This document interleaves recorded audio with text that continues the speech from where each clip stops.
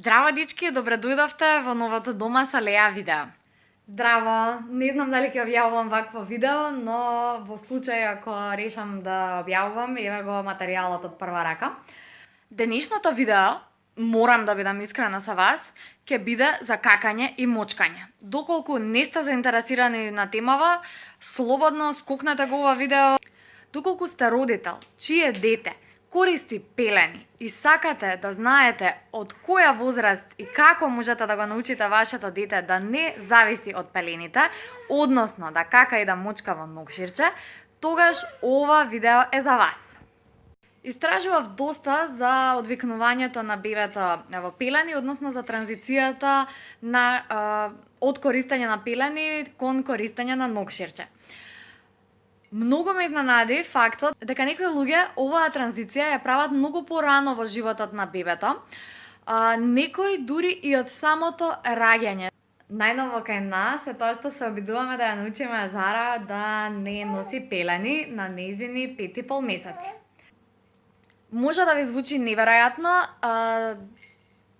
педијатри ми имаат потврдено дека бебињата до не знам која таму возраст воопшто немаат контрола над своите сфинктери и не можат да го контролираат какањето и мочкањето, но практиката на еден куп жени, а претпоставувам и историски еволуцијски гледано наназад, е дека можат да се научат на нешто многу блиско до ова и многу практично за родителот. Се почна доста наивно. Најпрво почнав да успевам да погодам кога ќе се оди во веца, кога ќе се кака.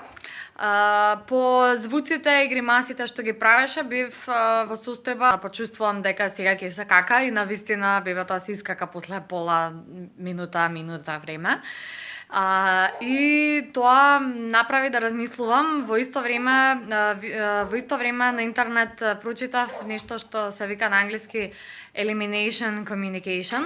Јас и ќерка ми почнавме да експериментираме со овие практики пред околу 2 месеци и сега морам да ви се пофалам дека веќе 5-та недела користиме нокширче секој ден. Во текот на последните 5 недели сме имале само една кака во пелена. Инаку бебето кака секој ден, некојаш и по неколку пати во денот. И сите какања се во нокширче. Мисијата е успешна.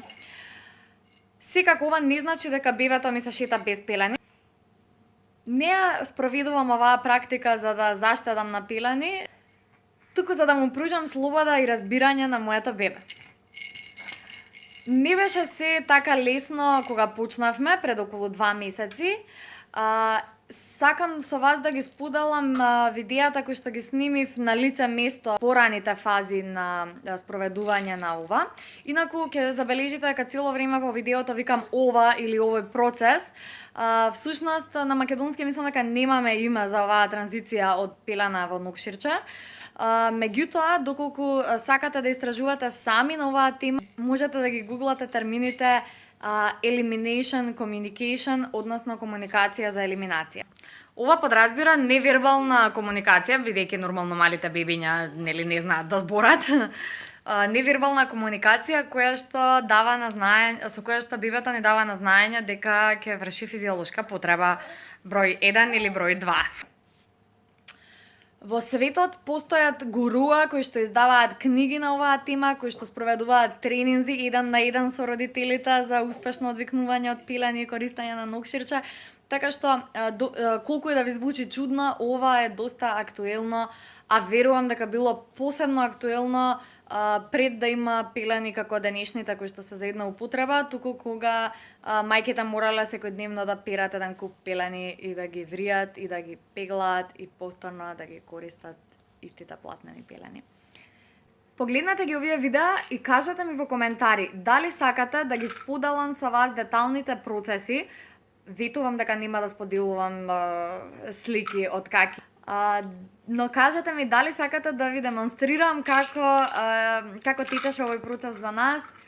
Здраво, дички, се снимам за да обележам една бизарна победа, а тоа е првото какање на бебето во нокшерче.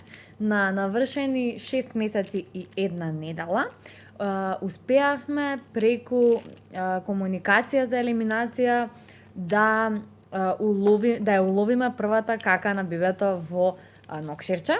Ова може би звучи смешно, но чувството кое што го предизвикува кај мене како родител, дека јас го разбирам моето 5,5 месечно бебе кое што невербално ми соопштува за случувањата со неговото тело, а тоа се и најголем дел од случувањата што бебето ги има во текот на денот, значи чувството е незаменливо. Настрана од тоа дека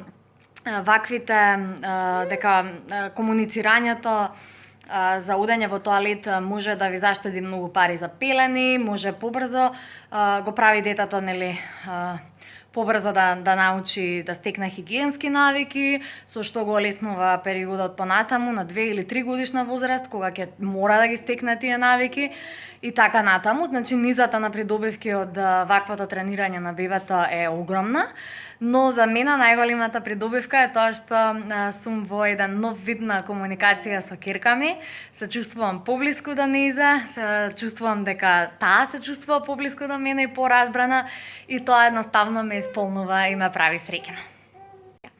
Доколку ви се допадна ова видео, притиснете лайк и притиснете subscribe за да се гледаме повторно и не заборавајте да ми оставите коментар дали сакате да снимам подетално видео на тема.